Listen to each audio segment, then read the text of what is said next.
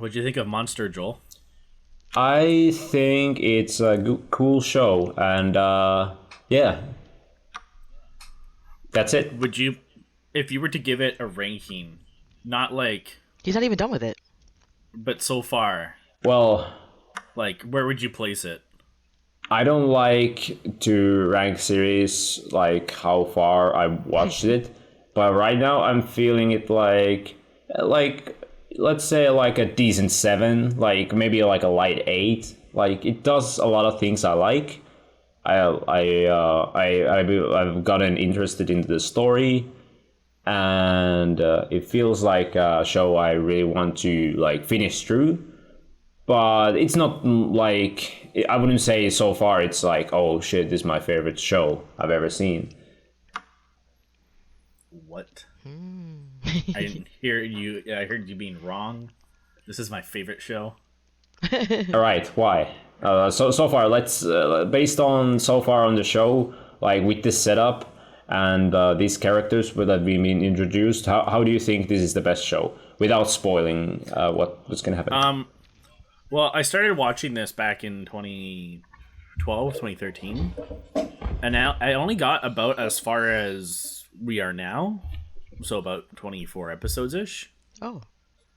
And then I was like, yeah, I can never watch any other anime. This blows everything out of the water. But you didn't even 'Cause finish everything I it. saw up to that, well, everything up to that point was like, oh, I gotta fight you because you're a bad guy. This is like, yo, I got a lot of shit going on. And for some reason that I really liked that, and then I liked it so much I took my time watching it, and eventually got to a point where I'd watch like an episode a year, so I Oh didn't my really gosh. go anywhere. So you'd never finish.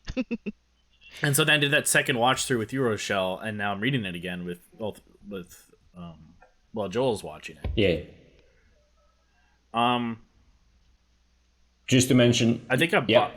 Yeah. I was gonna say. Well, I was gonna say. Yeah, okay, sorry. So it's the fucking internet. You yeah, go the first, you go internet first. thing is fucking me up. It was the fucking latency. But I was just gonna say about the manga, I haven't read a single page about the manga. So if there are any differences on it, you need to tell me, or I'll need to. I'll bring them up in a second.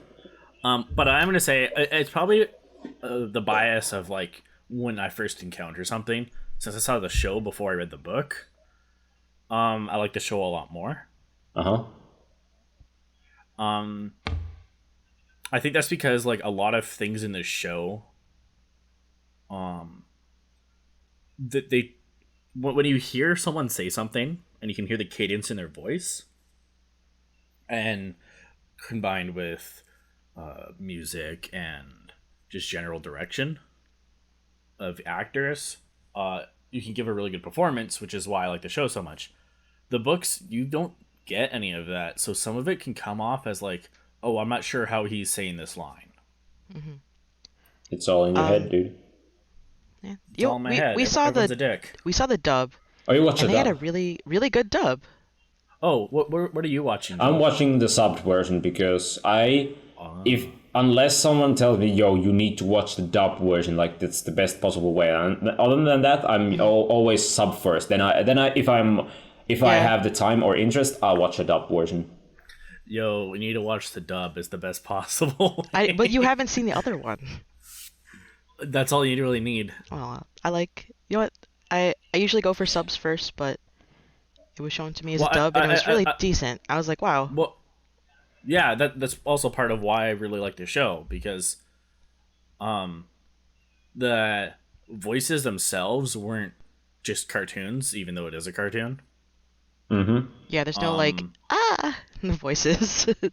Yeah, it's real people with real problems. I like how everything's grounded in reality, not just in the situations that they're in, but also in character designs. It's like, look, that guy's not very good looking, and it's like, hey, they actually drew that, as opposed to like, oh, there's a guy with like green hair and glasses, and it's like, oh, fuck, dude, they all look the same.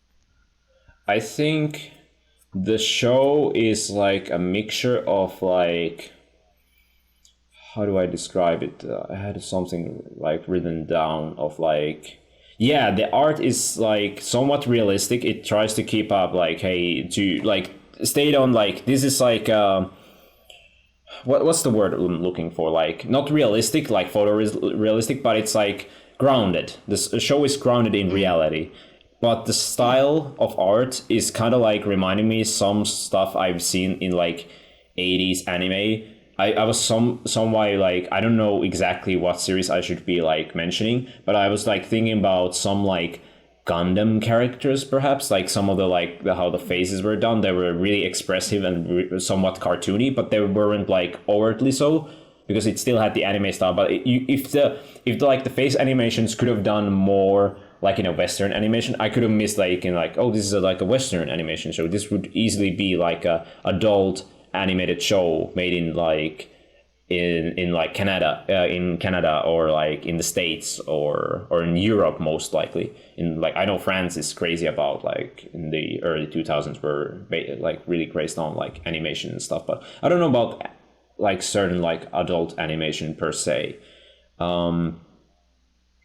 I want to say plot so far, this show feels like it could almost be a European crime show, not like a Nordic crime show as it's sometimes called, but like those. Oh, something like 13 or something. Yeah, I I think saw that one. I haven't seen that, but I was thinking. I haven't seen it too, but it's a French show or a French series. I don't know Okay, much. I was more reminded of like something like Borgen or the American remake called The Border or The Bridge, as it's like officially translated, the Danish title or the Swedish title. And there's other show. When you Yeah. s- when you say not Nordic, so not like Wallander. Yeah, no, nothing like that. But I mean, there are. So here's the thing: there are two kind of things that are going on here. There is a continuing line of plot of this murder, not really a murder mystery, but of like mystery of okay, the murder is on the loose, and there's a guy that's being falsified for it, and we need to get him. So the plot is basically that it was kind of reminded me of the fugitive, not the fugitive. I cannot spell it. Yeah, Fugitive with Harrison Ford. But or the TV show. I haven't seen the original TV show, but like it kind of feel like I feel like this is like Japanese guys try to make his own version of Fugitive, like man wrongly accused of crime and trying to figure it like escape and try to like get himself clear from it while at the same time figuring out what's going on.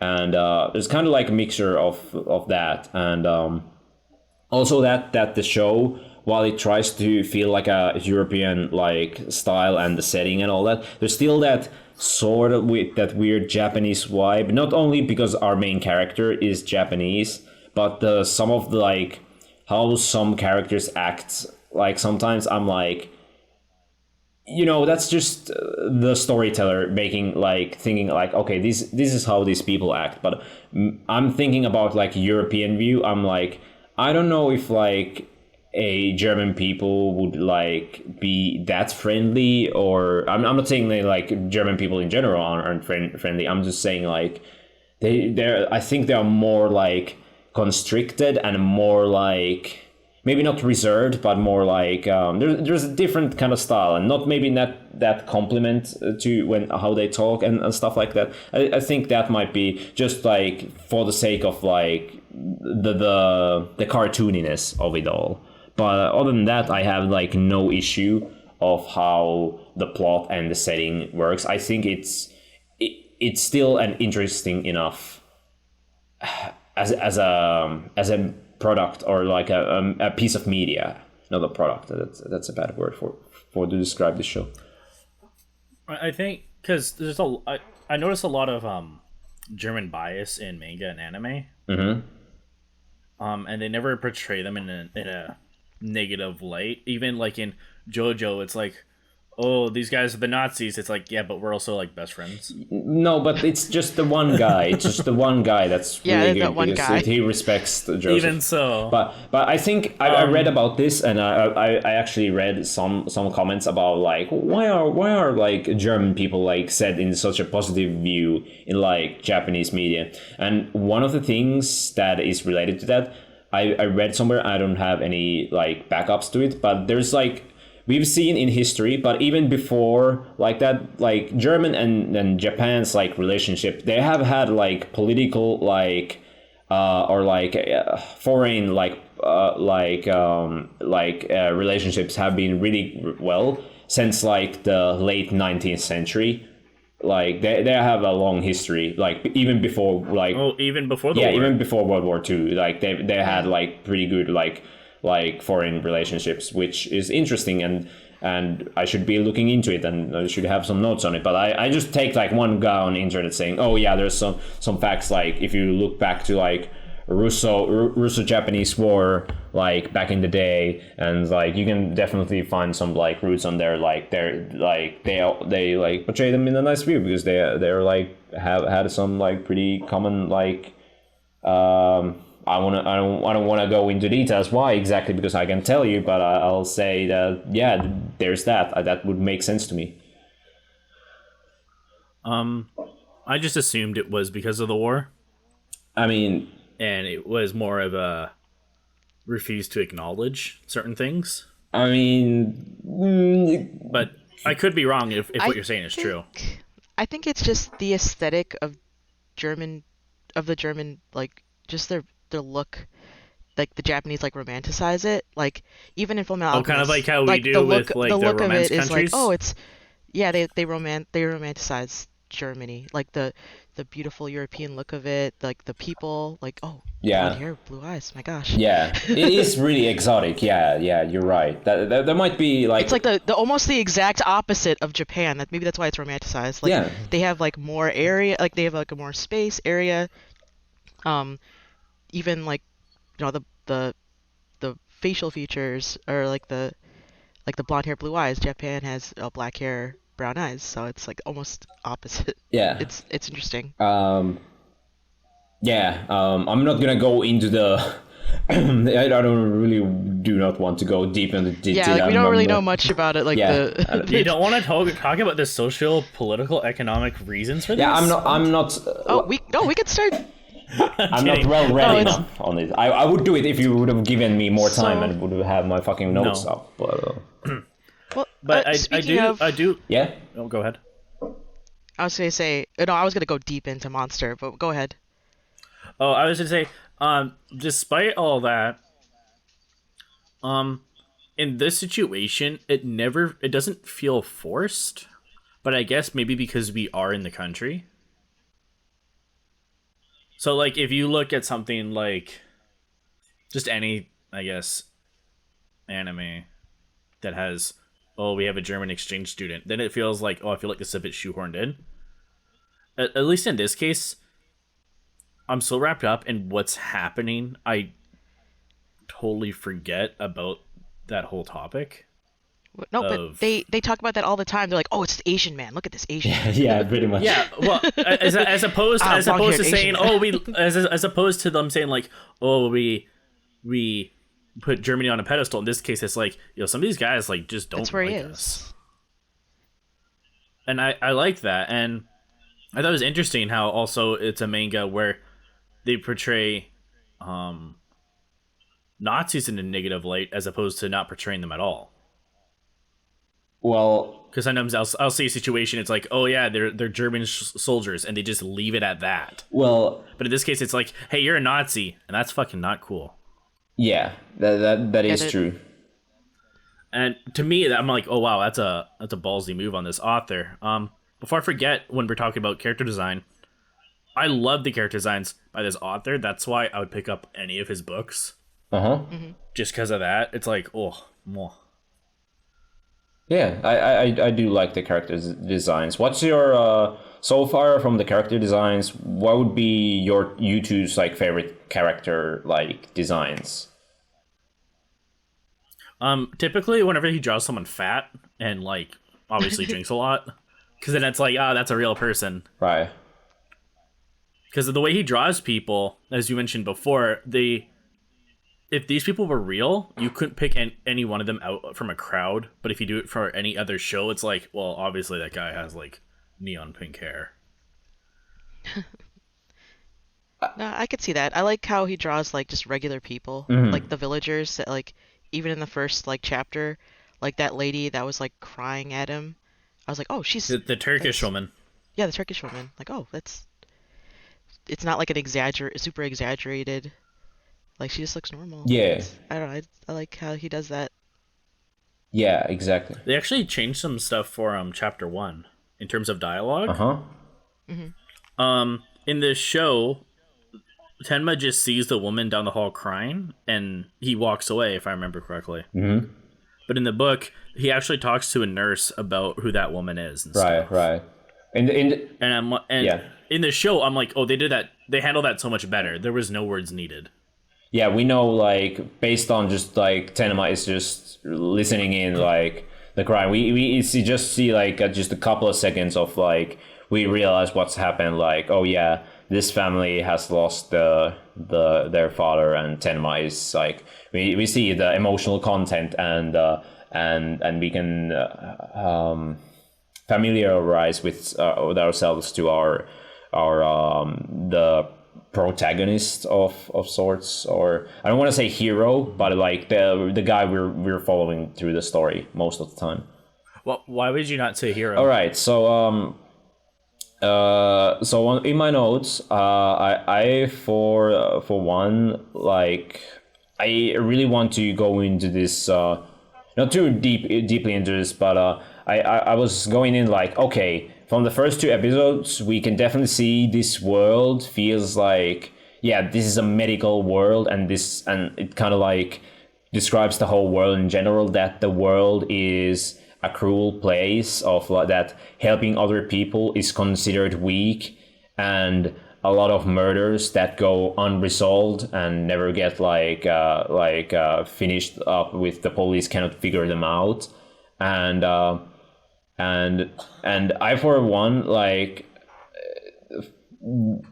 as the story went on, the first, I want to say 12 or so episodes, like I want to say 21st episodes, I had in my back of my mind, I was like, that would be so dumb, but I feel like maybe because how we're following this story, maybe Tenma is like for, I don't know, like this feels like because you hyped up this after Attack on Titan, which is one of my favorite current like pieces of media, and now we have like this kind of feel like secret stuff going on this story as well. So I was thinking That's why I love it. how Tenma like talks to some characters, and like Banker for example, which I thought like, is that guy even real? Is Tenma, like nobody else is like making any contact to him? Is that guy even real? Is that just Tenma making that guy up and just like trying to finalize his like inner pains and inner hatred of this world that he's in?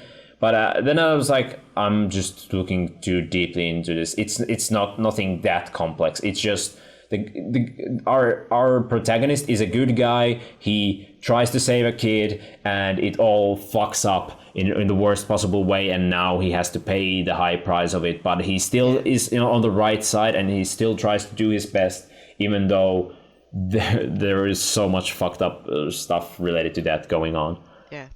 What did you think the So series I- was about before you started? I didn't want to look too much into it. I know about, okay, monster, there's some murder mystery. I was like, I think I asked you, is there any supernatural stuff related? And you said no, and I was like, I don't know if you're downplaying it or something like that. But I was thinking, okay, there may be maybe some like weird supernatural stuff going on. But like then the show started went on, and it's like, oh, it's just a big murder mystery with like smaller like tales about like these like crime stories in between. Okay, that's fine. That's cool. I think it's best Yeah, that the I- series oh. didn't contain itself within the medical world. Though. Rochelle, you had Yeah, 'Cause- I was Sorry? no, I wanted to talk about like the medical ethics yeah, sure. that we see Okay, in like go the ahead. first couple episodes. Like that's what I love this because so we get introduced to like this aspect of the beast, and they were saying like who can become like this beast, who could oppose the beast and fight him, and then they keep saying in the beginning, Tenma's like Johan's father, he saved him. And then they were talking like they just set up like all these like in medical ethics there's different principles, like there's non-maleficence, not I can't even say it, which is like first do no harm, Yeah. and then and you can see that they're in the corruption and like in the practice and the higher ups, so they just don't care. So like their their negligence is like against non-malfeasance, and then you see like there's other principles that I wanted to talk about, like yeah, sorry, like beneficence, which is like you prevent harm, protect and defend, and you ultimately remove conditions that cause harm. Right. And I feel like all these we get introduced to all these like um bad, like the opposite of like what should be seen in the medical field, and then we see Tenma who's trying his super best to do everything, like even justice, like you like there that a big thing in this is justice. Like Mm. we see Ava talk about, not all people's lives are equal, but in the in medical ethics, like you learn, hey, equality, it's like it should be based on like an equal share based on need, like the effort that's put in, the contribution, merit, and you see all of those like totally disregarded in Tenma's like situation when we first meet him. Like he doesn't get like he like everything that he does, it's all like his like oh, he did the surgery, but it was he doesn't get credit. He doesn't get credit. He doesn't do the surgeries like to the patients that as they come to him, Right. and like he sees like all of these ethics like just breaking, and then he starts breaking down, and then he does say go to Johann. He for some reason he talks to this little boy in a coma, and he actually like it's almost like he touches Johann, because Johann is like he really takes into like that like idea that, oh, you're like my father, like I'm gonna help you, I'm gonna help you get this justice. So he's telling him all the shit that happened to him, and then Johann takes it upon himself to like dole dole out that justice, which I thought was really interesting. I And I then like the responsibility that Tenma always takes to people that he meets. Like you see that throughout the whole series. Like Johann, he feels responsible for Johann, so he's trying to do like the do no harm, remove conditions that cause harm by like in his mind like, okay, Johann is his responsibility now. He has to, like, Johann's killed all these people. He has to be the one to take care of it. And I thought when I first watched it, I was kind of confused, but on the second read through, I'm like, okay, now I understand. Like he's like he's really cool and trying to do that. I Um, I still think yeah, I gotta say one. This is really good that we have a medical personnel to talk about this, because now you can proof check of like what happens, because that leads to one of the issues why I don't think this series is one of my favorites. But that's why it's good to hear your opinions, because these brought up some like ideas like I didn't even think about, like the what's it called, the Hippocrates laws of like yeah, like first do no yeah, harm the and stuff Hippocratic like, Oath yeah, the and stuff. Hippocratic oath, yeah. And it's like Um, yeah, interesting, like the show, like Tenma is like following it by the book, and while the world around him is corrupt. That is a really good point. yeah, Do you and think it's uh, corrupt as a result of being in a war torn country during the Cold War? I think Or do you I think think it that's could be just a that. narrative I think device? it's just a narrative device. Like he's just thrown into the situation where he thinks like, oh, this is the best medical school, sorry, in the world. That and this is the this is the high life that he lives in. But he realized that it's all just because he gets to live this like high life, this good life. It's all because of people's like in like people don't consider other people, like these people who are like below them to like some people think. But Tenma doesn't think about that. Tenma sees like he has to like help everybody in need, and even those people who even he thinks like are in need. As we go through like the first 24 episodes, he even helps out terrorists and criminals, because he Yeah, thinks like, yeah, that's that, because he's a doctor, he has to help these people even though they are not good people. But he's not gonna fall on that. And yeah, he's this guy, he's our protagonist, he's a good guy so far. Rochelle, do you think when you said that Johann killed those people for Tenma, do you think he honestly did it as a favor for Tenma, or because he did it just cause and he's using Tenma as the excuse? Um, it's Because weird because Johan. The thing Johan was about broken Johan, before. yeah, I know. Ooh, The thing I about don't. Johan is like he just. It's not that he does what he wants, because he doesn't really. It's not. It's weird to say that he wants anything. He just is like, okay, so this person helped me. I feel like it's like almost grateful that he did it. Like that's why he did it for Tenma. Like he even mentions like in the books, he's like, "You're even more than a father to me." Like he never had a father growing up because he was like, I an I orphanage. don't. I When don't. you meet I'm just Johan. wondering if he's being honest. That's That's why, my but he also question. because they also say he's a liar. So I'm like, okay, so I don't know, because he's only what 9 years old in there. But not the fact that he's a liar, just the fact of his nature and his Hmm. actions tell me a But different I think story. it's true. I think that it's true. I think he there is. I was thinking about that too, about the he was using Tenma, because I see a lot of like a duality in Johan and Tenma, like in taking versus saving lives. Like they're almost the exact opposite. Like Tenma cares way too much, and Johan has no feeling. So I like that he's like guilting Tenma about like, hey, you know what? You told me this. You wanted them dead, and then he's like, you're a terrible person, Dr. Tenma, because you wished them to be dead, and I did it for you. Like you should be grateful to me. So he's like even guilting Tenma even more. So like Tenma even has more of a reason to um work toward this goal of stopping Johan, like to so just to like bring balance to, like the beneficence of the world. Like okay, so I have to work to do this. It's like he's like guilty. Like even though he saved someone's life, this person has taken even more lives. Like he's like I don't know. He doesn't really know what to do about that.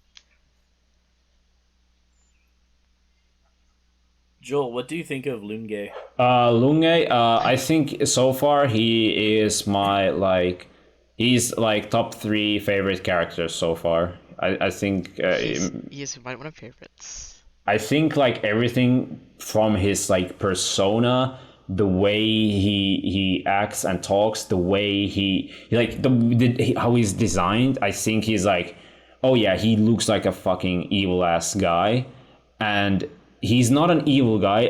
Like he's what I think we call in like if you An yeah if antagonist? you, yeah like he's an antagonist, and if we was gonna go through like RPG terms, like he's lawful neutral. He's like he works within law, but he's like he doesn't care about like being the good person or not. He just cares about like, I'm gonna get this thing through no matter what, and that's how he goes. He's ready to go so far ahead that he'll solve crimes that are connected, but doesn't care about the results. He captures this fucking murderer, and like he has figured it out like multiple like scenes ahead, and he's like when like the revelation comes, it's like, oh, I don't care about you. I'm just using you to just go for this one guy that I really want to get, and it's like, holy shit, this guy's fucking insane. But it's not insane like insane in a bad way. Insane like he's ready to go that far just to get Tenma, and as we see on, I think around episode 22 or 21, I think it's the where like he sets up the trap and has the thing with the killer, and by the end he's like, yeah, he's enjoying it. He's like not only doing it because he doesn't think Tenma needs to die. He just wants to play the cat and mouse game and just be the one who to win this thing. So it's kind of like a classic, you have this like master criminal versus master detective kind of thing, kind of like Sherlock Holmes versus Yeah. Moriarty, this kind of deal. But it's The best part of yeah, go ahead. I was gonna say the best part about it, where it's like that cat and mouse, is like he's not even chasing the real criminal. He has like this idea, and he's like chasing it Yeah, to like. Because Like, that's what there's I no love about it. there's no evidence saying that Johan is real. yeah. That's why I love it. It's like, oh, So that's why I when I said like this show reminds me of The Fugitive, This is why. Yeah, this is exactly the same thing. Yeah, you got the cop chasing this one guy because you're accused of this crime, and you can't. Your crazy theory about this small kid killing this brother. What a load of shit! You just like imagine in your head. Just give up already. And it's like, and Tenma is like, no, dude, you're wrong. I'm sorry, but like, I need to prove myself, and that's why you have this kind of rivalry, not rivalry, but what do you call it? What do you call this? Like action, like you against me kind of situation going on. Just a Yeah, competition. not competition. It's like, yeah, the cat and mouse situation. Just to put it easily like that. Some of the dialogue has really changed in the books into the show. Where like when we first see Dr. Becker or Beaker, I think it's Banker.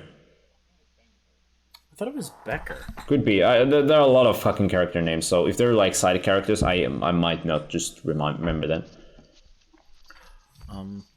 Either way, when there's stuff involving him, there's a lot of dialogue in the books, but all of it gets like cut in the show. Yeah, I mean, it's a 22-minute show. You can't have like all the fucking dialogue. You need to advance the plot. One thing I point out to Rochelle is when Lunge was asked about his fingers. Mm-hmm. In the show, he says, "I'm putting the data in the hard drive in my head," but in the book, he says, "I'm putting the data in the floppy disk in my head." Yeah, Oh well, because that's just. yeah, that I thought that was interesting. I think it's because you need to update it when you're originally the story is written in like the late 90s and the anime is made in like the 2002 2000 like early 2000s. So you have like, oh yeah, floppies done. We're talking about hard drives now. That's the main one. Oh wait, but the story is still set in the 80s. So well, 86 to I mean, you 95. had hard drives in the 80s. yeah, you still have like 300 megabyte hard drives, I think. Nina still has a computer. Yeah, Yeah. I don't know how emails and shit exist in the Well, that was 95. 95. I think, yeah, okay, I'll take it. Yeah, I'll take it. I'm not going too much yet. I'll believe it. Yeah, sure. I think that was just a good way for the author to like, hey, check out computers, aren't they sweet? Yeah, you can do cool stuff with it. It makes you smart. You're notes smart. for If you're a smart character when you can use computers, that's why we know Lunge is smart. That's why we know Nina is smart. That's why. Not because he's like a chief inspector and she's gonna be a lawyer. Yeah. It's like you need a computer or you're a fucking idiot. Yeah. In my notes for Lunge, I wrote so cool. The finger thing, cool. Yeah. Cool. I like Lunge. I like how he's just so, like, we see a lot of characters that are obsessed with work and duty in the show, and like especially Lunge, Tenma. Well, Lunge and a lot of it especially, he bring lost it- his whole family. Yeah, that's why I was like, it ultimately brings a detriment, like, to their, like, he had all these clues that he could have picked up about his family, like, we even before like the reveal, like, oh, their daughter's pregnant, like the daughter's like, oh, I gotta tell him. Yeah. And then like we see her throwing out the bathroom. I'm like, oh, maybe okay, that's sometimes it's like morning sickness. So I'm like, maybe she's pregnant. I think. And then Yeah. she was saying pregnant. So I was like, oh shit. So he just never followed those clues. And then like right before that, or I guess like around that time, he kind of makes a mistake in his work because of that. Like he doggedly follows one thing, and he thinks he's so confident and sure that he's right that it leads to like, oh, I wasn't right. That guy committed suicide because I thought it was him. And so he's like I feel like this is the start of him questioning everything. And then he's so broken, he's like, okay, the only thing left is to go after Tenma. He's like, I'm gonna, like, this is my one thing. Like, I have to be sure this is like, this mistake is not just a one-off. Like, I have to make sure that I'm right with Tenma. So that's why I feel like that's why he's going after Tenma. I think, yeah, that is a really good point. I just thought it's like he's just a man of obsession. Like, even after his family leaves, he seems in the show, he doesn't seem to even like care about. He's not gonna go away. Aren't you gonna come back or anything like that? He's not doing anything to come back. He just goes back to work. That's the only thing that he keeps him going. His obsession of like capturing Tenma and figuring out the crimes.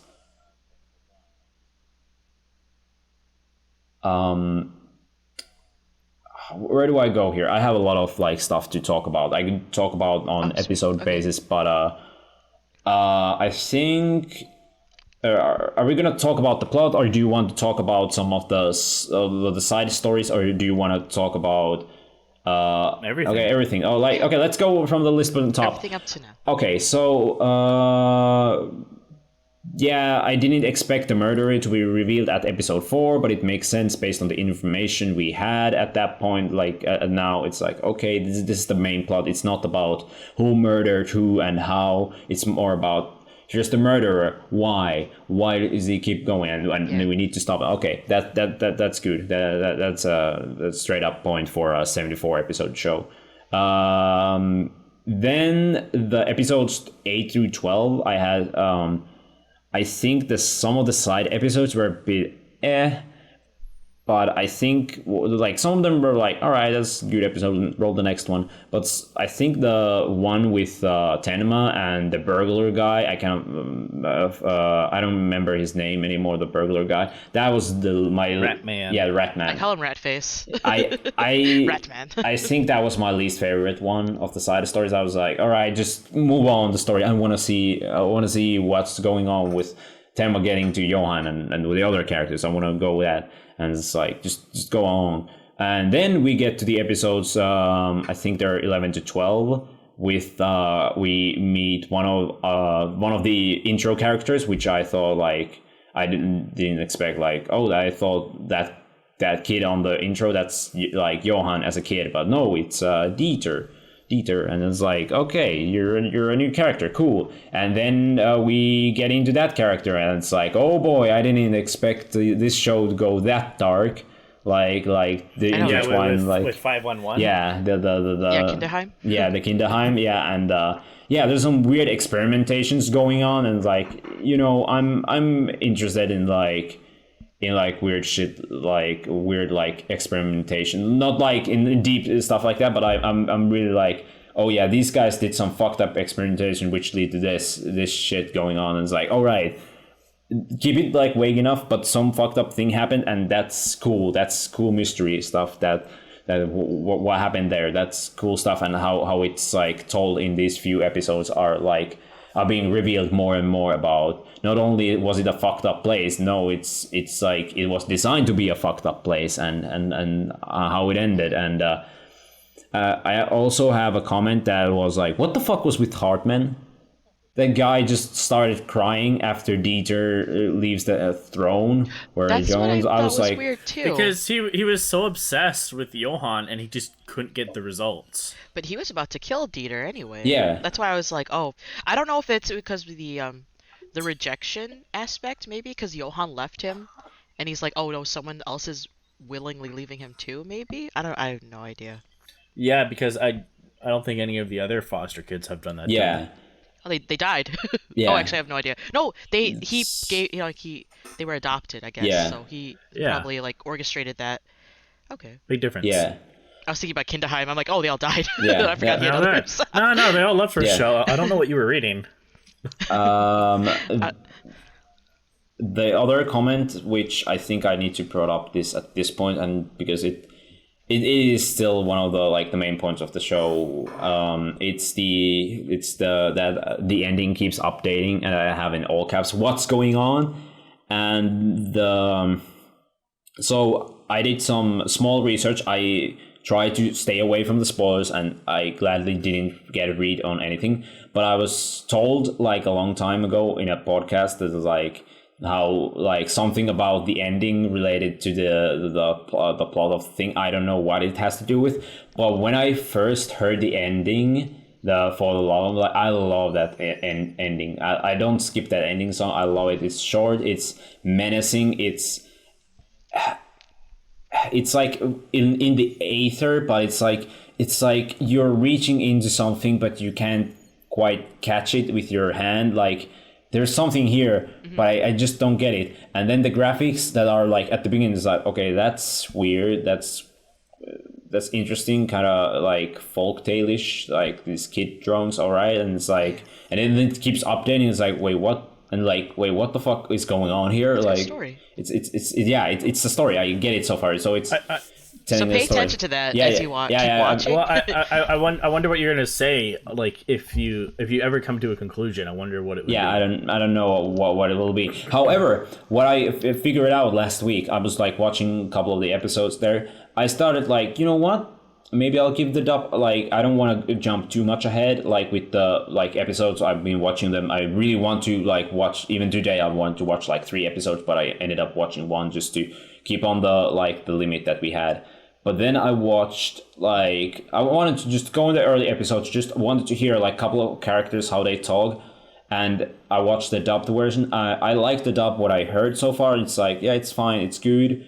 A special shout out to Lunge being voiced by the fucking best guy, Richard Epcar, who did the original Joseph in the JoJo OVA. That guy is fucking classic. Like I like that, has that kind of like a groomy, like harsh voice. I really like that. But what I was surprised when I went and listened to the outro of the show, there was no singing on that outro. I was like, okay, this is a fucking huge information for me, because if the English version doesn't have the fucking singing and it's in the Japanese version, it means that it's really important. The singing of the song, it's like there's a huge clue on the fucking lyrics, but I don't get it, because like the song, it's like it's telling me something, but I don't get to know it, and that's why I want to watch it, because I want to figure out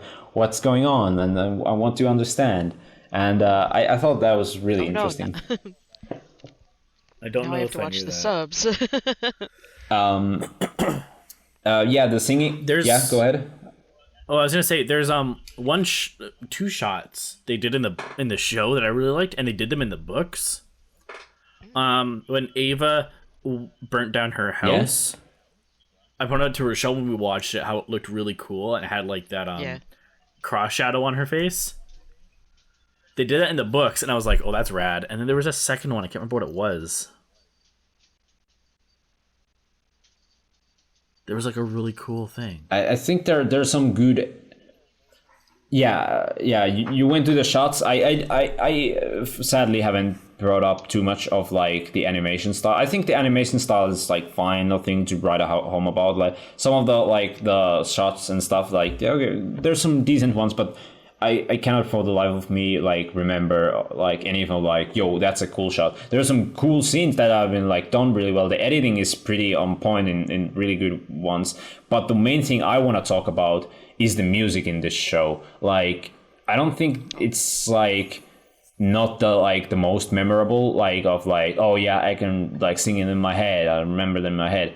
But I think it's really well done music. It's like a mixture of this orchestral like classic music with electronics and world music. It feels like it gives this like, I don't know exactly what it reminds me of, but some of the like electronic music gives me this like early 2000s like bleak world where like with the mystery and whatnot, but still has that classical music because we're in Europe. We're like, there's like a lot of like classical music has came from, and it gives this like grandiose feeling, even though the show is pretty grounded in reality. And I really like that in the show. I think it all mixes up really well and gives the show a really good like eerie and mysterious feeling to it. When I think his name is Heckle, isn't it? Oh, the rat face? Yeah, rat face. I think so. Yeah. When he breaks into that house the first time, do you think Johan was behind the door? Oh yeah. Because he said he got chills, and then it was like, oh, Tenma was behind me. But I'm like, I wonder if he was in there. I remember thinking that too, because he had to have been there to write the message. So I Yeah, was but thinking, I he think could have been there even I before that. even didn't even think about I think that. I think like I didn't I even. think we were discussing that the first watch through. Yeah, but now that I've read it and I remembered that moment, I was like, oh, I thought like there was just something bad happening in that room, and it's like them like him not caring about like being like, whoa, that's give me a weird vibes and whatnot. But yeah, and I thought that was just an anime thing, and then just Tenma showing up and the police showing up and being whatnot. But yeah, the message right now, now that I think about it, holy shit, yeah, you're like, oh yeah, maybe he still was in there because giving the message there, but how he escaped without them not seeing them and the police not capturing him, that's just like, well, I don't know. well, he's Johan. What can he Johan. not do at this I point? mean, yeah, It's true. crazy. He's crazy, all right. I love how they set up Johan. It's it's just so great. I just love the build up to him. I like when we first see him and he's in shadow. Yeah, it's like, yeah, you're wondering like what kind of fucked up look he has. Not like fucked up face, but he He just, looks normal. yeah, Oh no, I was saying that it's true because they're like, oh, maybe he looks like super evil, and because the guy was like crying and saying, "Don't look at him, don't look at him," yeah. Yeah, and I'm like, okay, nope, he looks just like a beautiful boy. Yeah, he's just a smiling, beautiful boy. Yeah, that's all he He's a is. beautiful blonde boy. I remember in the show being surprised that we got a version of that event from Ava's point of view. Yeah, Yeah. that was interesting enough. Like, oh, Eva was there also. Okay, sure, whatever. I gotta say, Eva isn't. Yeah, I guess she could have been there. Yeah, it's like I don't really care for Eva. Eva is a good like character in like, or well, she's not my favorite, but I get what her point is. It's like, all right, you're also a character of the obsession. I as we were talking here, I just realized how many of the characters are based around like certain obsessions. Eva is obsessed about Yeah. like Tenma. Tenma is obsessed of like getting Johan down. Nina also seems to be on the same line. Then you have Lunge wants to capture like Tenma. Then you got the rat face wanted to get rich. Dieter, well, I don't know if Dieter is obsessed. Dieter just wants a soccer Yeah. ball, and he's accomplished everything in Yeah, life at this yeah, point. he's just hanging around with fucking Tenma. It's like, okay, sure, kid, be around, I guess. But yeah, there's definitely one of the themes or like the motifs of here is like the obsession of some things and how it can lead to, and even like Tenma's obsession, which is a good one to help everybody, like try to help give like much as help possible to make the world a better place, but at the same time, even his obsession leads up all these like horrible events to happen. Because he's like, I just want to help the small boy, but you couldn't know that. But you're Just like, help the little boy. yeah, and it's like still like you're because you want to do the good thing, led to this whole bunch of bad things to happen. When I was reading it through again, when he was in that little village and he saved that lady Petra, like the police officer's mom, Yep. I thought it was really interesting that we saw Dr. Schumann because as I thought it was like, oh, that's weird that they're just in this little town. This is like a filler. No, because I think it really helps to see because he sees himself like what could have been if he had just kept on following that path of following the medical director and Oh, like yeah, I was gonna marrying bring that up and I Ava. forgot. And I was like, oh shit, he could have been this broken man in the middle of nowhere. I mean, he's a still broken man in the middle of nowhere, but he could have been this guy. I He didn't could have even been think this. it like He's that. like, oh, just so yeah, he was like, oh shit. He probably sees himself in that doctor. I'm like, oh, that's fairly interesting. Hmm. They like he said almost like beat for beat like what he was going through when we saw him in the beginning. Right. Yeah, I didn't even think about it. That's a very good point. A few stories after that. Twin Peaks spoiler, Rochelle. I waited this long. You still Okay. haven't watched it. I'm gonna say it. I don't. I'm gonna one day. All right, Joel, the baby. You know what's up. The baby, The baby. The the baby. short guy. We I feel Yeah, like it's weird 'cause he calls himself there's the a baby. when they the baby. I was him, talking about what baby in Twin Peaks. I don't remember any babies in Twin Peaks. Oh, you mean the monster, the baby? Oh yeah. Yeah, He's it's dancing. exactly like that scene, right? Is it? He comes in like a velvet room. He's doing his little dance. Yeah, it could be a reference. Could be a reference to that. Yeah, I think it's.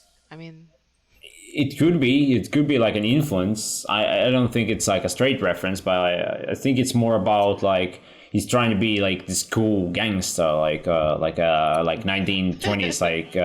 I'm just saying it's very similar. Yeah, I mean, sure, you could definitely say there's some influence that. I was also getting some Twin Peaks vibes with like the countryside and the whole like. Well, I think I mean just the countryside in general, like the German, like the forestry and whatnot, similar to Twin Peaks, like the forestry in there. Well, But yeah, that's a good point. I also want to talk about the episodes around like 20. Like they keep hyping up, oh yeah, there's all these organizations going on. Like Johan is leading them in such a young age. It's like, boy, like all this, we need to topple down some organizations. Oh boy, how long? And it's like in 2 episodes, like, oh yeah, the organization is down. It's like pretty much like hanging itself. yeah, Johan like And that's the best part about it. Like Johan will bring them up, and then he's like, oh, I'm done with them. they're just fucking weak, and it's like throw them in the trash. And they're like Tenma as well, like he's like, oh yeah, we'll figure that out like pretty easily. And when they were talking about, and like with Hartman mentioning, oh yeah, you need to find General Wolf, I was like, oh yeah, that's like the bad guy behind all this, why Johan became like him. And it's like, oh shit, that's gonna take up like a plot, and I wonder when we're gonna meet him. And then it's around episode 20, oh yeah, here's General Wolf, and he's this like weak old man, and he's like, yeah, I'm afraid of Johan. Here's Tenma, like hear me out, Tenma. You should kill this guy. And it's like, okay, sure, all right, that's, I wasn't expecting. no, I that. don't want to. Yeah, and it's like, yeah, He's like, I don't work for anybody. yeah. Now I think it's also this is a good part to bring up. I mean, we've been talking about 52 minutes of the show, not talking about the plot too much of like what the show. I mean, we've been skipping around here and there what the show is about. But yeah, now we get to the like, oh yeah, Johan seems to have some sort of split personality, and that's why he keeps writing these messages about the monster inside is like screaming, and it's screaming out his heart, and it's like and About to explode. yeah, and it's Rochelle made me a mug with that on oh it. fuck, that's fucking Yeah, cool. I got no, it was the first one. It was like, my dear Dr. Tenma, look at me. Yeah, Oh, look fuck. at me. Oh, The did I- monster oh, inside I me is put about both to of them. explode. Oh fuck, that's I put both of them on there, right? Yeah. So romantic, right? yeah, that's So and not that's what I creepy at got. all. Not creepy at all. I thought it was great. I love it. Nice. Usually when split personality is brought up in a lot of stories, I'm like sort of like, all right, that's fine. I'm kind of worried how it's been brought up. Like, is it gonna be played out like for like really minimally and not going into too much detail, or is it gonna be overblown and like, oh yeah, it's the evil side and the good side, and it's like, or is it gonna be cliched and whatnot? And so I'm kind of like worried how it's gonna go on. But since Johan is not the main character we're following around, I think it's good. Like, okay, that's on the backside. Just follow through with Tenma and like him figuring stuff out. Yeah, we don't need to worry about it until when we're gonna figure it out when we're gonna get there. We'll see how it goes. Well, this is the third time in close proximity in a story where they bring up split personality. They do it with Tenma because Lunge is like, oh yeah, Johan is just another personality. We do it with Johan because Nina said so. Yeah, and We do it with my favorite story, I think, Dr. with was it Kemper? yeah, Kemper, the criminal, the criminal, the big guy. yeah, Criminal psych No. guy. That's honestly probably my favorite story. I really like that. The like him going through like interviewing that murderer and like going to that lady's house. That such a good like series of There, events. there was a lot Love of it. exciting things in there. I did notice that character of the killer, the similar design to that one character in what's that David Fincher show on Netflix? It's Mindhunter, Mindhunter? and you're no joke. Like it's Oh, yeah. he's literally like that guy that's based on that. Like in that's like the real guy. And like I was thinking, Well, like, oh yeah, I think It's it's based on a real it's just a big guy with big glasses. That's the only thing. do you know, like you said that character's name is Kemper? Do you know what the character in Mindhunter and the guy in real life is called? His name is Edmund Kemper. He's an actual like serial killer. Oh. I knew that He's the co-ed but killer. it's just I don't know if there's a cool. connection between here, but here in this case, the doctor is saying, oh, his friend is just another personality to excuse the 12th murder. But I love how the reveal of the manipulation and like how there's evidence of that manipulation now. Right. Like, okay, Yeah. holy shit. That's like I that Johan, I don't know if he's my favorite character, but he's real top up there because of like just that how we get to see only bits and pieces of like how charismatic, how smart he is, and like how like really creepy he is. Yeah.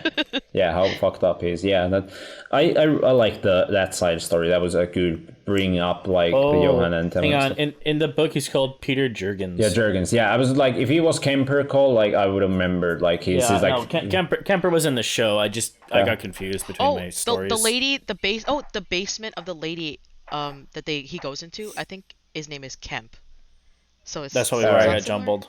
yeah, it could be a reference to So, that. but, Yeah. maybe there's some connection. Yeah, it could be a reference. I'm like, oh, that's cool. Maybe, but I'm pretty sure Kemper was an American killer as opposed Yeah. to a European Yeah, one. yeah, but like the design and the way he doesn't matter. acts and how he like Kemper in real life helped out like the FBI to figure out like profiling like a lot of killers. So yeah, you can definitely see like the influence of like, oh yeah, this is a XP for the killer, the Edmund Kemper. That was a good side story. I gotta say, so far, the two or three of the three of my favorite side stories, other than that one, I think that's gonna. I was gonna say I like the side story with Nina and the ex-cop, but that was a good story. But yeah, wait, am I talking about the same story? Nina and ex-cop. The killer. Yeah, that Oh, when she that. was a cook or waitress or whatever no, at there's- that Italian. But those two, like, there's a connection between them. I wanted to ask about. So I actually liked how, like, so we see Nina with the restaurant owner Yeah. who used to be the assassin, and then Is we this who you're talk- like, talking about, Joel? Yeah, he talked. No, he's talking about the other guy Yeah. who was in the mob. He was in the police, but then he killed the Fortners. And then he became in the mob. Oh, Yeah, so I was like, the Roberto arc. yeah, when we first meet Roberto. So I had a question. So remember that restaurant owner? He was like, the last job I ever did. He was like, I'd like case this guy. I would like aim at this guy like for days, and I'd watch him. And and then like I noticed like how much sugar he's putting. Right. And then Yeah. and then we find out later the police like that cop ex-cop he was made to sit at a cafe for days and days and days. Was Right. that him? Holy I shit! didn't even realize that until right now. That's what I was thinking. I was like, I was thinking about it. I was like, I was weird that he mentioned that. He's like, oh yeah, my like the boss made me sit at this outside this cafe for some reason for every day for like a couple days. I'm like, was that like mob boss trying to kill him? And then the assassin was that restaurant owner. So like that's how you know like that. If that that's cop was probably true, supposed to that's die. crazy. That's why I was like, oh shit, is this a connection? I think it might. I like how I didn't think about it. I think it's just a coincidence. But now I think about it and like have you explained it? I don't know what to believe anymore. I mean, Considering how small this world is, I wouldn't be surprised. sure.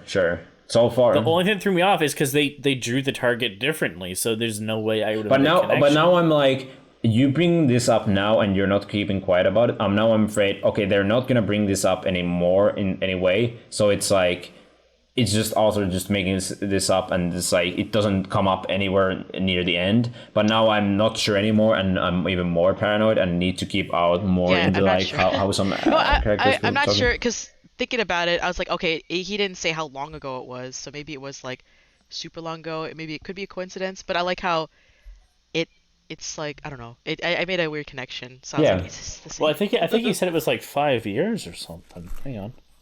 You can look up the time or whatnot. Yeah.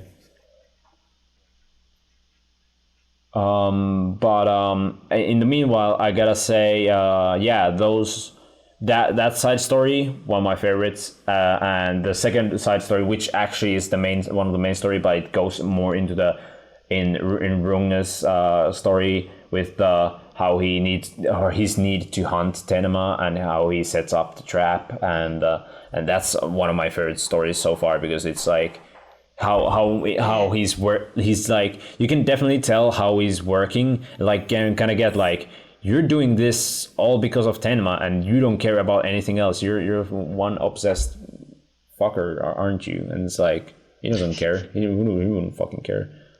But yeah, go ahead. Oh yeah, I was like, I just remember Lunge's process, like how he, like we actually get to see like how he like deduces things, where he like walks in, he's like, I am this, I'm doing this, what would I do? And he's like pretending, putting himself in the shoes of the murderer. Yeah. Tenma did And I the was same like, thing. so funny. And I was like, oh yeah, and they show like him, Tenma doing the exact same thing, so it's like even more of like the cat and mouse thing, or like they're like just, they're so similar. And I just really like how they did that. I just like They Lunge, maybe. they did a similar thing in the Hannibal TV series where it starts off and he says, "I am." He just like out loud says, like, "I walk in the door," and he'll walk in the door, and it's like, "I turn off this light," and things like that. Right. Oh, I forgot about They're very similar. He could have taken like inspiration from, I don't know if some of that stuff is in the Hannibal Lecter novels, but it could be, I don't know. And either way, it's a gimmick I've only ever seen in these two instances, and I do like it. Yeah. We actually see. Wait. Oh, never mind. I forgot. The assassin's name was Roberto, but check this out. When Ava still had her house, her butler's name was Roberto. I mean, Oh shit, really? Conspiracy? I think not. I mean, Wait a second. Coincidence. I like how we first meet Roberto now, because I totally forgot when we first saw Roberto. Like when I was first watching it. Oh, when he was the bodyguard. they're bodyguard for the ex-cop. Oh, I like how when you were talking about like, oh, Johan, like, with all these like crime syndicates, and like how there's like this like secret like conspiracy in society that like loves Johan, like how they're calling him like the second Hitler. Yeah. And I'm like, holy shit, is this gonna get like super crazy with like Nazis? Like when I was like, oh man, like what a weird thing to go down. Return. Yeah. But I think. And yeah, then they were all killed by wolves. I want to and hear I was like, oh, wow, Alex's this is- opinion, Drew, and then I make my comment. Alex, go ahead. About the Nazi plot? Yeah. Oh, mine is like, I like how this takes place during and post Cold War Germany. Mm-hmm. I think it lends it to a certain mindset, and a lot of people, like, if you think about how we're gonna deal with Corona once it goes away, even like 5 years later we deal with the effects, kind of like how we still deal with 9/11 in certain situations. Like, you can tell in this it's like, well, we just went through a war, then we went through the Cold War, and this is where we are.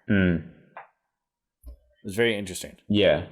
I think the 90s setting and whatnot, I think when they were talking about like them, like, it's again one of those obsessions that these people obsess about seeing Johan as the like literal like, oh yeah, he is the second like Hitler, he is gonna lead us and he's the mastermind and then our leader, and their obsession leads to their downfall of like fucking up, because that's definitely what Johan is, like how Tenma and how we have so far perceived. He doesn't give a fuck. He's just like, as on the last episode we saw, the episode 24, when the one of the former like the syndicate leaders is like, yeah, this kid led our organization and one day he just went gone and everyone went apeshit because everybody was so obsessed with money. And then when you can definitely tell it was one of those like Johan was just toying around with these people and then just letting them loose and letting them kill each other out because for the sake of, I don't know, just for the sake of fun, I guess. And yeah, it's a game to him. Yeah, and the other, yeah, and it's again one of the obsessions of like these characters of like gotta like figure out. And then we see once like this syndicate guy is like off from his obsession, he's like, all right, like I can feel like I forgot how nice it is to eat dinner at a table. Like I don't exactly understand what is that something like something lost in translation what he means? Is he just like, oh yeah, it's good to enjoy the little things or something, but I don't know, it's just eating a meal with people. Like I guess it's like we were talking about this a little before about how like their obsession leads to like the loss of their family. Like he mentions like, oh, my wife and a kid were killed. Right. And then he even says to Ava, it's like, Ava, like, you look like you haven't done this in a while either. Like just having a meal with like he has no family more, so he just kind of like, oh, okay, this is kind of like what it was to eat with family. Right. And like even his bodyguard, he's like, that's the last person I have. And then when he hears like, he's like, oh, he's probably dead. Like he just like loses it. He's just like, not loses it, but he's just like, well, he's dead. Yeah, it's like, I guess that's it then, huh? It's like what else shit, like what other crap could happen to me? Yeah. Looking at it now, actually the next arc after where we stopped is where I finished watching on my first watch through. All right.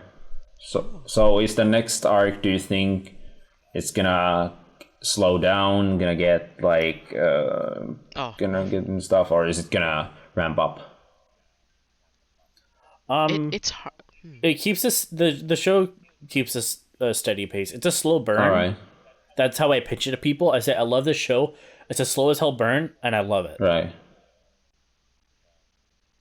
I don't know if it's because I read it really fast, but I'm like, oh no, so many things are happening. Like it's so like I like it. But so many things are happening, but also nothing is really happening. He's not getting.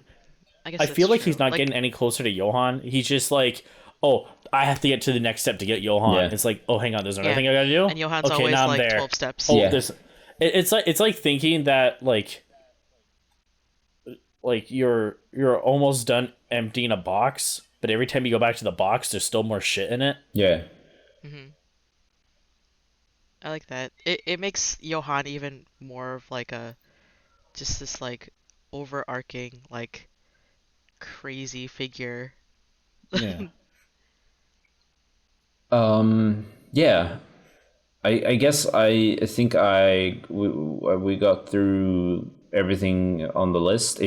Unless you guys have anything else to talk about, I think the final thing I want to say that the show has really grown on me by the end of episode 24, and that I keep, even though I'm not fan of every single episode and how the plot, like it's a slow burn, alright, but I still keep looking forward on the next episode. But then when there's an episode where the plot doesn't move that much, I'm kind of like, oh, I was wishing the plot would move that much. But I still keep like, I'm not saying like, oh yeah, well, I guess I just have to go through with this. I'm just like, no, I want to see next. Okay, let's see what happens next. Like, I understand these episodes are part of the plot, and these are the stories that the author wants to tell in this world. But give me more. I'm still interested. I felt the same way with Twin Peaks, where nothing would happen for an hour, and on the last minute, it's like, hey, check this out. I'm like, oh, that's interesting. Credits. Well, now I gotta know what that means. Yeah. Nothing happens for an hour. Check this out. Credits. I'm like, oh my gosh. Yeah. I just stopped watching that show. All right. Yeah, I can understand that. Yeah, sure. I guess if you think about it, like even the episodes where it doesn't show like any really plot movement, it did show like just it's just more about like how cool Tenma is ultimately, What a where great he's guy. like, oh yeah, like wow, what a cool doc or ex-doctor. What a swell guy. Yeah. When I was looking up, like where we should read and watch for this session, I found a thread saying like, hey, what are the arcs in Monster? And someone's like, there isn't any. It's just one big story. But here's like a bunch of little arcs. And it would break it up into like a couple episodes. Like, for example, like the Bruto arc or whatever. Yeah. Or the, whatever. Yeah, And then the arc with the those arcs titles are just like what happens in the show. They're just plot points. yeah, the baby and the Turkish town and then the syndicate like and right, yeah, they're really short like sections of like smaller like crime stories. But I do like even the smaller stories. I think they're like some cool ideas being gone through, and like how these characters perceive these things happening. There's still cool stories told, even though I think I want to focus on the grand story rather than the smaller stories. Would you recommend this to your friends? So far, yeah, I'm say like if they have time to kill and just want to watch something like if they're not a fans of anime, it's like, hey, this is like pretty like not like your usual animes of like not like too weird, but it's like, hey, if you just want something that reminds you of like some like Western crime shows, just like pop this in. This is pretty good. This isn't your Zoomers anime. I would have loved to see this like live action. Well, I would say Del Toro was gonna make it for HBO, but he's the kind of guy that he says he's gonna make something and it's been 20 fucking years, make it or not, dude. I mean, That's true. I mean it's And he made Shape of Water. Fuck that movie. I like some parts of Shape of Water. It's not that bad of a film. I get it's not my film. It just wasn't the best movie. Why did it win? I don't know. I mean, that's just Fight the Hollywood. fish. It's all about that Hollywood like crap already. Like it's not. Fish It's man. liberal just a fish. media. They're trying to turn the Fish frogs man. gay. no. I mean that is a good bit, but I was talking about more about like when you mentioned like come just make the show, but it's not Del Toro's choice. It's all about the fucking HBO going like I don't know about that. Is this fucking anime? Is it gonna be profitable enough? Well, But I mean, Well, I don't know why he just Del doesn't Toro, make it. If Del Toro goes the Dr. Tenma route and just does it, it doesn't listen to the, Yeah. the director. yeah, I'm pretty sure he can get enough friends together to make at least a movie. yeah, like a pilot and that big. I mean, look at he made Strain based on his own book, and it's like you made that shitty ass show, and it's like just give it. Yeah, maybe I would. wouldn't trust him with that, considering like Was I it- didn't like Strain. I didn't see it. It's I don't know. it's. I didn't get very far. Yeah, it's That's his own book? yeah. He wrote it with somebody. I don't trust Del Toro with a screenplay. That's all. Yeah, Okay, so He can direct. I don't think he can write. yeah. okay, Joel, what are you really excited to like learn more about in Monster? Like what storylines are you like, oh shit, I can't wait to see about this. Like, what are some things like you're excited to I want to know: does to Dieter see. go pro soccer? Yeah, yeah. When Oh, we're yeah. gonna get the Dieter soccer. If we're not setup. having a Johan showdown at Dieter's FIFA on the game, field? why am I watching? Yeah, the South versus West. We need to see that game happening. When are we? And then Johan does like a Bane thing where he like blows up the stadium. Oh shit, that's fucked up. But yeah, to answer seriously, I'm looking forward to learn more about like when they mention they're from Yugoslavia. Okay, what's going on with Yugoslavia? How did they get to the East Germany? Like they were saved by General Wolf. What's up with that? Okay, what's like who are the parents? I want to know about that. Okay, how about Tenma? I don't know if we're gonna ever get to Tenma's like backstory. It's like he's from Japan and he's here, but it's like, okay, is that ever gonna explode like That more? reminds me, they took something out of the show, but they kept in the book. Tenma mentions he's like the third son or something. Yeah, he's not the first son, so that's why he left Japan. Because I thought that was he didn't, so 'cause weird his that they dad brought that had up. Yeah, his dad had a medical practice in Japan. Yeah, and he had that's mentioned in the show. Yeah, it was like a small one, but then he wouldn't be able to inherit it, so he's like, I'll just go off to do my own stuff. I was very surprised by that. I was like, oh, okay, why are they bringing this up? There's some things that I think they bring up that they just drop. I think they do like I think it's like maybe it's more about like I think that might seem a bit more selfish of like Tenma. Oh, he leaves because he doesn't get to inherit, so he makes up for it himself. I think it's like I thought in the show he's like, no, I want to go to Germany to learn from the best of the world so I can be the best doctor and help as much as people as possible. And like, yeah, that's a good guy. And so yeah, go for it. What do you think? No, that I think that's still even if it's like, oh, like he doesn't get to inherit.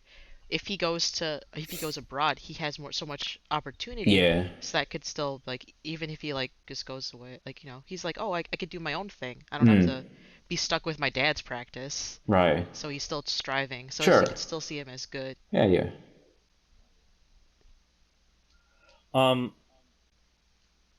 Here's the final thought. You ready, Joel? All right, let's hear it. I'm gonna ask you this every time.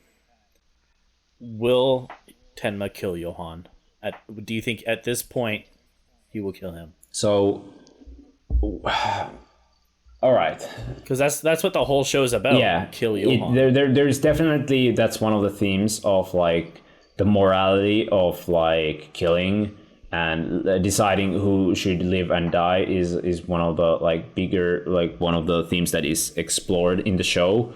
Tenma, who seems to be like he seems to be a bit like not controversial, but like he's talking about how he's man of action of like he wants to save everybody, even the bad guys. He wants to like he's not gonna let them die. He doesn't want to help them, but he's like, look, I'm not gonna let you die. I'm gonna do best as I can with the stuff I hand. You might survive. But then at the same time he's still ready to learn how to shoot just to get rid of Johan, because Johan is he's doing all these bad things, so getting rid of him is like, of course, the morally just for the if we look up from the what is it called, the utilitaristic like view of like killing this one act utilitarianism. If we kill this one bad guy, we can stop these hundreds of other bad things happening. I'm like, all right, we should kill Joker. We can think of that. Yeah, but at the same time, it's like, who gets to decide that? Is he a good guy, a medical professional who's like who has been taught about do no harm? Is he gonna do that? And that's interesting. So, it's like, can he do that? He even tells Nina, it's like I remember exact line, but I think he says to Nina like don't ever kill anybody, you don't need to do that. I almost thought like he's trying to protect her innocence of like, well, she said the same thing about him to Dieter. Yeah, it's like, hey, don't let him kill. Yeah, and I think Tenma. So I feel like yeah, go ahead. No, keep going. I was like, I felt that too. Yeah. There isn't kind of like this edge of like feeling like if Tenma would kill Johan, is he gonna become another like monster, like this like fucked up guy who doesn't care about anything other than that? But I'm thinking about the I'm more like we haven't seen like unhinged like Tenma. He hasn't put in a situation where there's no win situation, and I would like to see if he would be. I don't know if that's the final thing that's gonna happen of like him put against Johan, And then, like, is that the final moral dilemma? I think there should be something, because this is a long show. I wish there would be a situation where he's gonna be put on a situation and he has to, there's no win on this. You have to choose between a bad thing and a bad thing, and what are you gonna do? You still have 50 more episodes. Yeah, I mean, yeah, we don't know. Spoilers so far that I looked up on IMDb. I tried to, like, don't read the synopsis and whatnot, but I saw on the top 3 episodes, like the final episode, and there were 2 episodes in the middle of the show. Didn't look up the plot, but I saw them. They were like top tier of the whole series, and I'm like, I don't remember what episodes those are, but I know, like, okay, in the middle of the show there are 2 episodes that are like really high up there with the ending. So I'm like, there's gonna be some sort of like act 2 kind of like a climax thing gonna happen before the end of the show. So I wanna know that, like, it's not gonna build up to this crazy ending, but there's still gonna be cool shit in the middle, and that's like, all right, I'm looking forward to that. And to end after this long and weird discussion about moralism, I could go on for hours about talking about moralism and the philosophical implications of different views. Like I have a friend who actually has like who hates utilitarianism because he thinks like you cannot base on like one person's or like the whole collective's thoughts on a thing. Like you would need to look out from the outside perspective as well, and he had some great like thoughts about it, which I don't 100% agree with, but I'm like, I never thought about it that way. That's really interesting. But to wrap it up short, I don't think like Tenma is gonna put the gun out, but I don't think he's able to pull the trigger for one reason or another.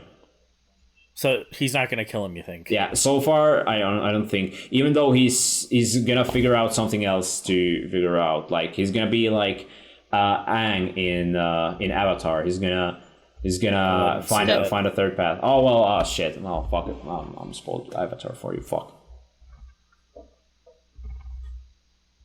No, he's not gonna watch it, but I'm not gonna watch it. I saw the last episode of Avatar and I was like, this is dumb. Motherfucker. You saw the last episode? Fuck. I went to someone's house and they were watching it. Motherfucker.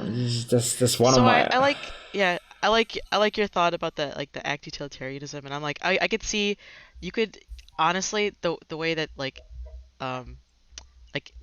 some like schools of thought are, you could easily like go against that with like what's that guy Kant, with like the Immanuel Kant. Yeah. Was it deontology or something? Yeah, where he's like, okay, they have to do the, it's still like the beneficence and like the maleficence, I think, right? Or duty to self or something. Yeah, duty to self, that duty to duty to self, duty to others. Yeah, the others, and talking about the poet Kant? The norms. Yeah, Kant's moral perspective. I don't remember. It's been a while since my philosophy class, but I remember like basically like trying to figure out from all these different perspectives, based on the norms, based on how other people see, and based how you see yourself doing, and then you need to base your facts around like that on your actions, and that's just one way of like the moral ethics, and there's a lot of like different schools of thoughts and criticisms on those thoughts, which we could easily spend like an hour on, like just talk about the fucked upness and that. And it's really interesting. I gotta say, this has been really interesting to talk with, like,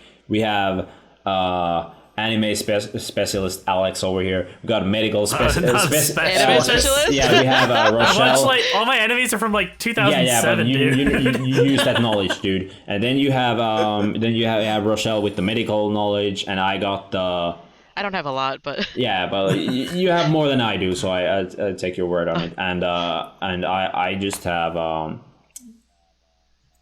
shit, I don't know. I mean, I was gonna say filmmaking, but I mean, you have more experience with that, Alex. So actually, I'm gonna give you the filmmaking knowledge, and I'll take the anime knowledge, even though I haven't watched that much anime, but I have the. Well, you have a lot of like musical knowledge too, because I wasn't even thinking about like the background music or anything. I'm like, oh dang.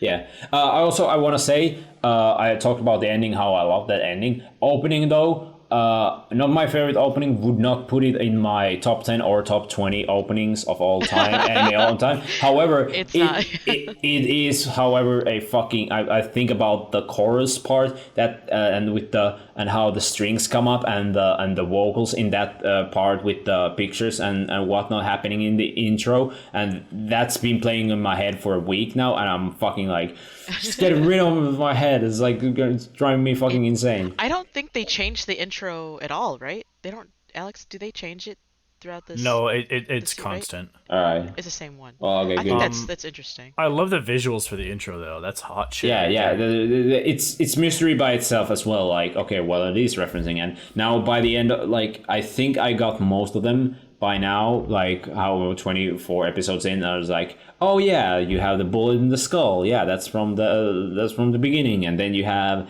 these characters when we've met with these characters, and then there's the writings and what appears to be the fucking child home and whatnot. And you say it's not the best. I don't know. It's up there.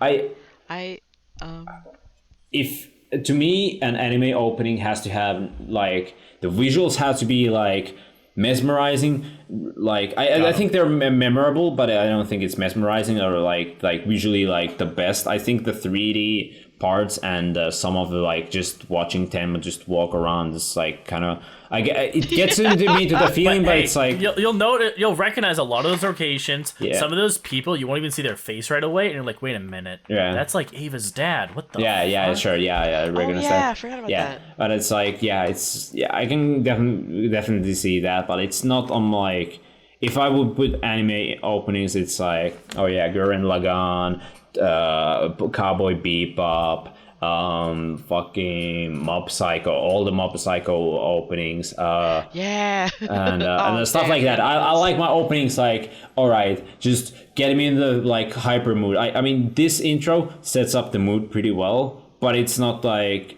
I cannot sing along with it. It's not like a opening of like. I usually like when I can like sing along or hum along with the. I mean, you can hum along with this intro, but it's just so so like the fucking guitar and the drumming. It's like when you first hear it, it's like, oh, this is weird. This is like sounds like an It's like some. yeah. It's like trying to.